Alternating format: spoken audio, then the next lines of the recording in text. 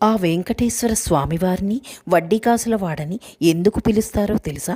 చోళరాజు కుమార్తె అయిన పద్మావతి అమ్మవారిని పెళ్లి చేసుకోవడానికి మన శ్రీనివాసుడి దగ్గర అంత డబ్బు లేదట. అయితే పద్మావతి అమ్మవారి దగ్గర ధనరాశులు చాలానే ఉన్నాయి, కానీ శ్రీనివాసుడు తన తల్లి వకుళాదేవి దగ్గర అంత సంపద లేకపోవడంతో శివుడు, బ్రహ్మ, ఇంద్రుడు వీరిరువురు కలిసి కుబేరుడిని ప్రార్థించమని చెబుతారట. కుబేరుడు శ్రీనివాసుని ప్రార్థనలకు సమాధానమిస్తూ డబ్బు, నగలు మొదలైనవి అప్పుగా ఇచ్చారట. దీనికి బదులుగా శ్రీనివాసుడు తన భక్తులు ఇచ్చే డబ్బుతో అప్పు తీరుస్తానని మాట ఇచ్చారట. అందుకే భక్తులు అప్పు తీర్చడానికి కానుకలు సమర్పించినా ఒకంత మిగిలే ఉంటుందని అంటుంటారు.